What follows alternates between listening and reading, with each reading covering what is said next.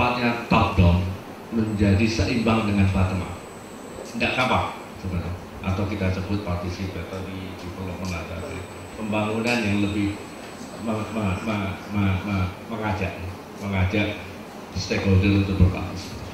Tidak hanya pada sektoral saja, tetapi daerah kita ajak. Ada perbedaan memang. Kalau dulu lapor bagus, rapat gubernur pulang selesai besok ulang, mereka bawa hasil. Tapi sekarang zamannya nggak seperti itu.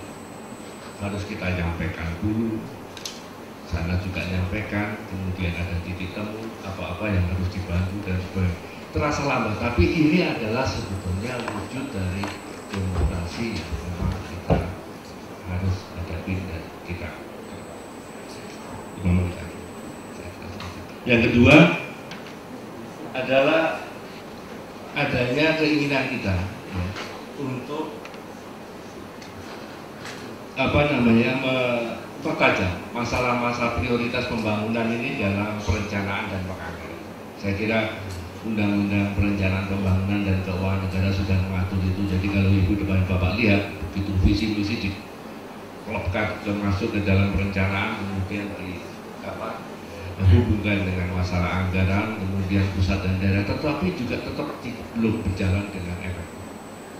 Karena ini yang diatur hanya mekanisme sebetulnya.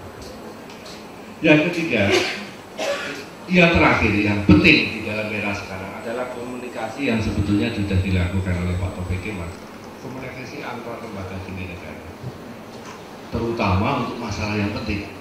Ini dilakukan sebetulnya pada waktu Barack Obama deadlock di dalam pembicaraan mengenai anggaran. Jadi harus ada langkah penting dari pimpinan negara untuk berbicara dengan ini untuk menghindari adanya deadlock untuk masalah.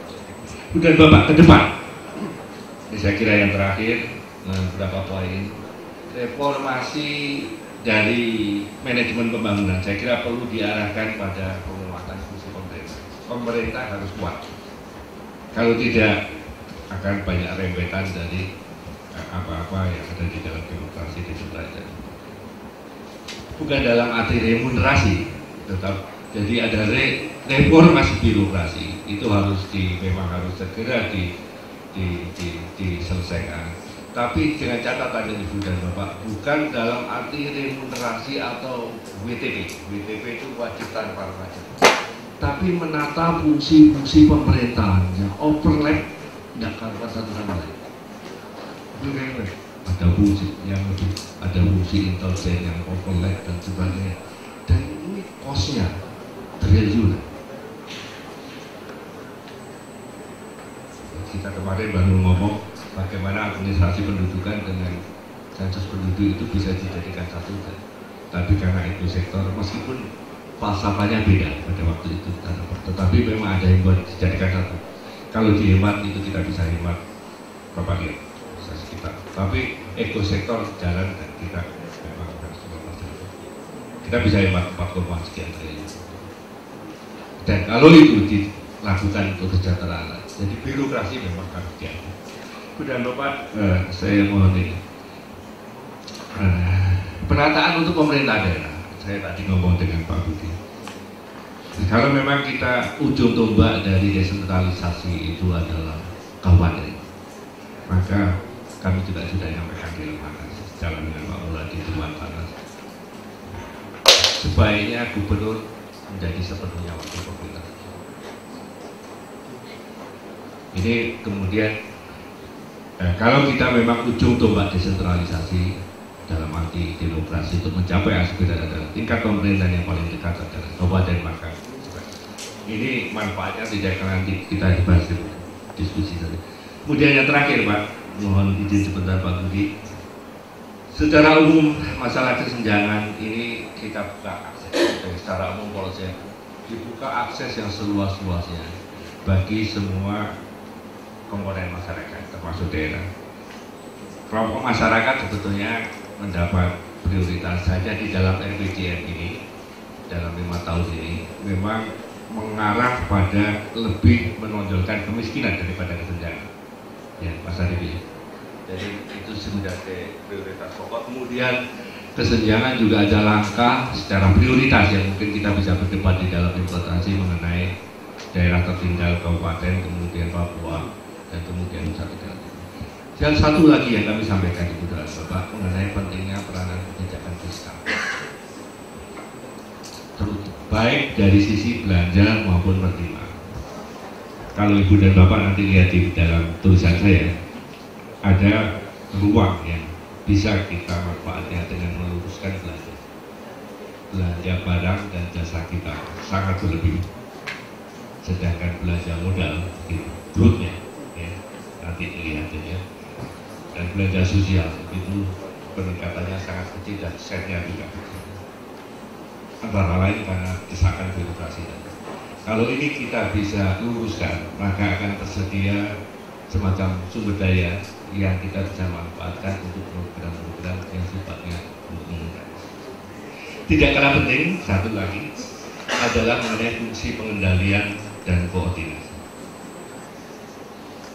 Ini sering bahwa tiba-tiba masalah sudah deviasi tetapi tidak ada pengendalian sehingga menjadi berat. Demikian Pak Budi, secara ringkas, mudah-mudahan mohon maaf agak sedikit Wassalamualaikum warahmatullahi wabarakatuh. Jadi Bapak mencatat ada di era reformasi ini meskipun ada manfaat tapi ada deviasi soal demokrasi desentralisasi. Baru sekalian Pak Bambang juga mengusulkan supaya gubernur itu menjadi wakil pusat di daerah. Memang dalam catatan pikiran rakyat sebetulnya di Jawa Barat saja dari 26 kota kabupaten itu semua kepala daerah dan wakilnya nggak akur. Wali kota dengan wakil wali kota nggak akur. Wali kota dengan sekda nggak akur. Yang paling parah Cianjur. Bupati dengan wakil bupati nggak akur. Bupati dengan sekda nggak akur. Sekda dengan asda nggak akur. Asda dengan wakil bupati nggak akur. Asda dengan bupati nggak akur. Semuanya maju di pilkada kosong.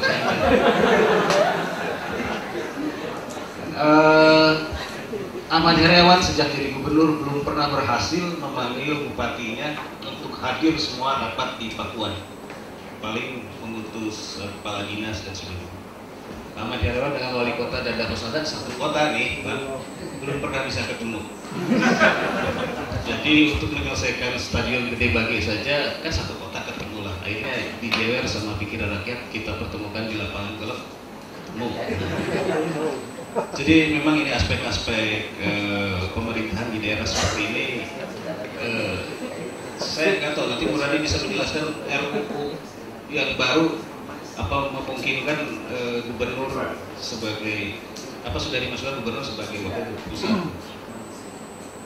Apa gubernur Jawa Barat dengan penduduk 45 juta wakilnya cuma satu, Gorontalo cuma 2 juta wakil gubernur juga satu, itu juga satu hal yang harus kita bahas. Bapak Ibu sekalian, kita masih punya waktu agak panjang, setengah jam sampai ya 45 menit. Barangkali ada yang ingin bertanya. Untuk segmen pertama, satu dulu yang pakai baju putih, perempuan. Andreni, saya dari MIE Unpad. Saya mau bertanya kepada Bapak Faisal Basri. Tadi saya flashback di slide pertama Pak mengenai agriculture dan manufaktur, share dan workernya itu berapa. Tadi ada di singgung ya, agriculture itu share-nya adalah 14,4, workernya itu adalah 35, sedangkan manufaktur 23, share itu 23,9 dan workernya 13. Yang jasanya saya nggak keburu nulis. Nah, saya cuma pengen tanya. Nah ya itu Pak. Pertama, yang paling pertama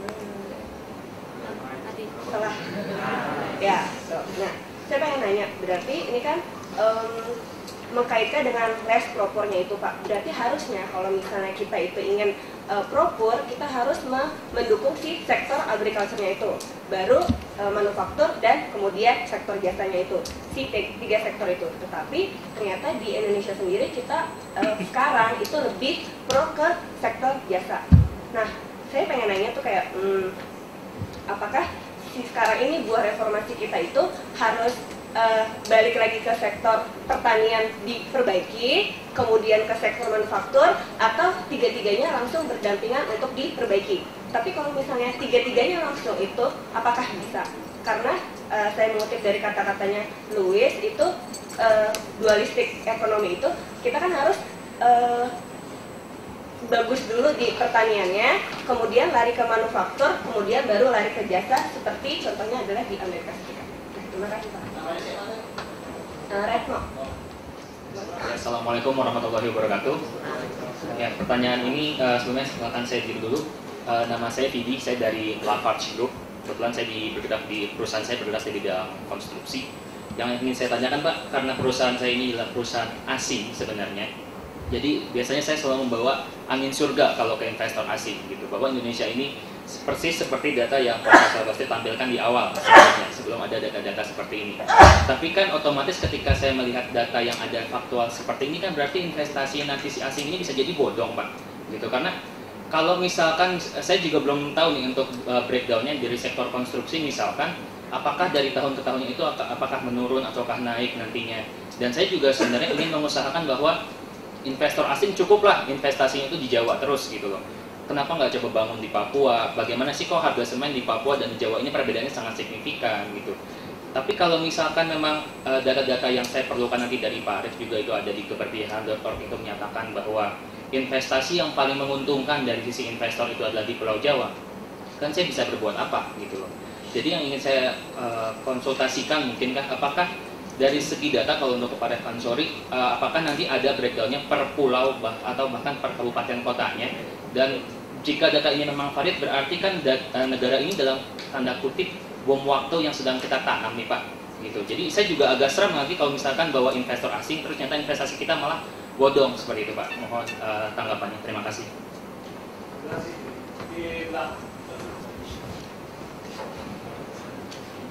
Selamat siang, Assalamualaikum warahmatullahi wabarakatuh. Saya Arief Bustama Pak dari Komunitas Kawan 24. Mungkin pertama kepada Pak Faisal Basri, Bapak dulu masuk di dalam reformasi juga mungkin ya Pak. Dan saya melihat di undang-undang ini masih ada masalah pasal 33 ayat 1 Pak.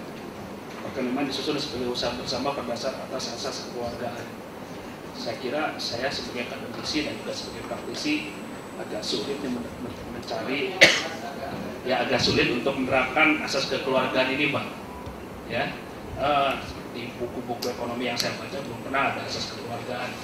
Ya, dan juga pada prakteknya juga susah untuk mendapatkan atau menerapkan asas kekeluargaan ini Pak. Nanti takutnya jadinya di bank mana keluarganya ibu siapa, di bank mana keluarganya ibu siapa, itu menjadi terjadi di Indonesia jadinya. Dan dalam konteks kita bicara daya saing juga sulit untuk mematchkan antara asas kekeluargaan ini dengan asas lain yang digunakan oleh negara lain. Ya, di negara lain mungkin mereka lebih pro pasar atau laissez-faire atau apa. Dan matchkan dengan Indonesia yang kekeluargaan agak sulit. Ini dilema bagi saya misalkan dari sisi praktisi. Kebetulan saya punya perusahaan, ketika saya mau menerapkan asas kekeluargaan ini ke customer saya yang ada di luar negeri susah Pak, nggak bisa Pak pada prakteknya. Ya. Atau ketika saya menerapkan asas yang dipakai asas pasar yang dipakai di Indonesia juga agak susah Pak. Ya, jadi matching antara apa yang ada prinsip yang digunakan di Indonesia dengan apa yang berlaku secara umum itu hampir sulit. Oke. Lalu yang kedua tadi Bapak menjelaskan tentang ada kelompok pekerja yang tidak mau masuk ke formal atau masuknya di informal di tabel sebelumnya mungkin di slide Pak Faisal. Nah ini, employees with no contract. Ini memang saya alami juga Pak. Jadi memang ada pekerja-pekerja yang utamanya di daerah-daerah yang mereka memang tidak mau dikontrak.